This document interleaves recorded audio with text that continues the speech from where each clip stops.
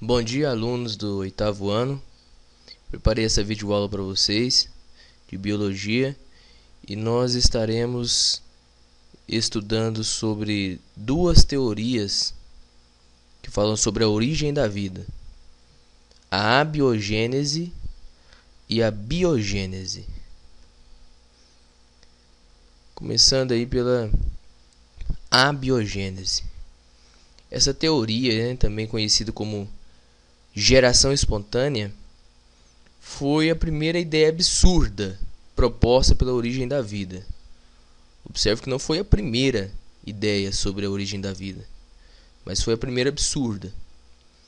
Teve a participação importante de Aristóteles, filósofo grego, que influenciava aí o pensamento de maioria daquela época. Até mesmo cientistas estavam subordinados, às ideias de Aristóteles. Ele tinha nome, Então essa teoria da abiogênese foi amplamente aceita em sua época. E nessa teoria, como o nome já diz, a biogênese. O A é uma negação, Bio significa vida, gênese significa início. É uma teoria que diz que a vida podia brotar de matéria orgânica sem vida. Olha só que absurdo. O sapo poderia brotar dos pântanos, os vermes das frutas. Então essa era a teoria da abiogênese.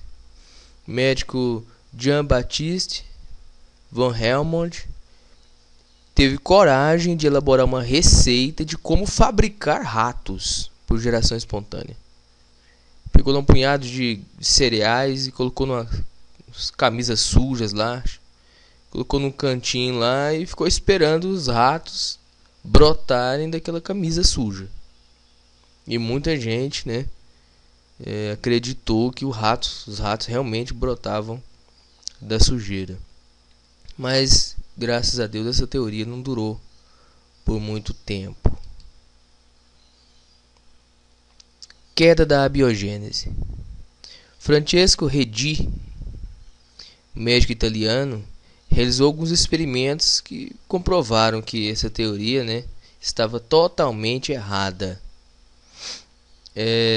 Essa teoria, como já disse, dizia que os vermes brotavam de cadáveres, alimentos podres.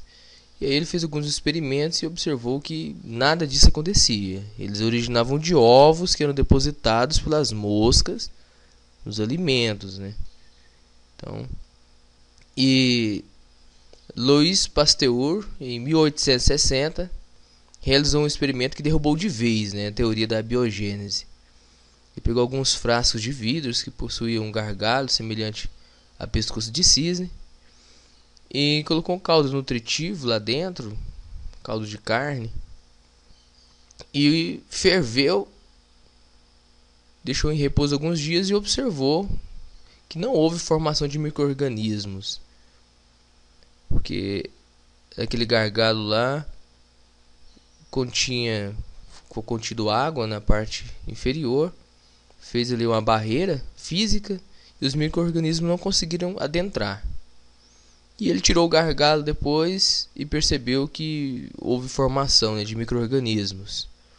Então ele quebrou de vez, a biogênese.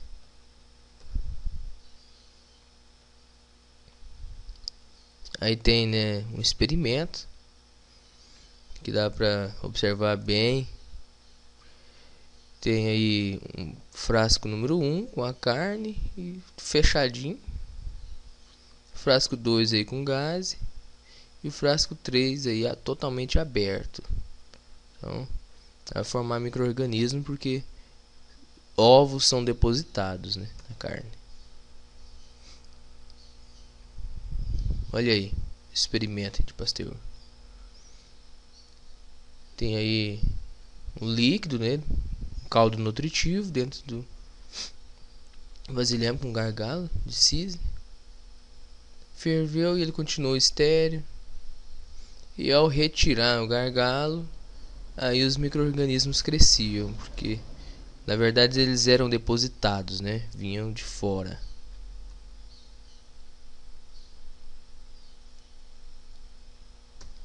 Biogênese. Biogênese é justamente o contrário, né? É a teoria sobre a origem da vida e, na verdade, não é sobre a origem, né? Só defendia o contrário da biogênese, que a vida era gerada de outra vida. Isso eu acho que não precisa ninguém defender uma teoria dessa. É óbvio, né, que a vida é gerada de outra vida. A vida não surge de uma matéria orgânica sem vida. Então, Fritz Miller e outros cientistas da época procurou, né, defender essa teoria. Aí eles explicavam que as transformações ocorridas, né, durante o desenvolvimento mental do indivíduo tinha tudo a ver com o desenvolvimento da própria espécie. E Francesco Redi, no século XVII, defendia a ideia da biogênese, segundo a qual a vida se originava a partir de outra vida pré-existente. E aí, depois que o microscópio foi, né, aperfeiçoado,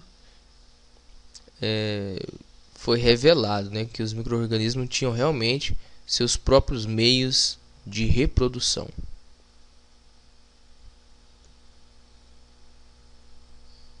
Então vamos para as atividades. Vocês vão copiar essas atividades aí no caderno, vão analisar e vão responder. Nós iremos discutir esses exercícios aí na sala de aula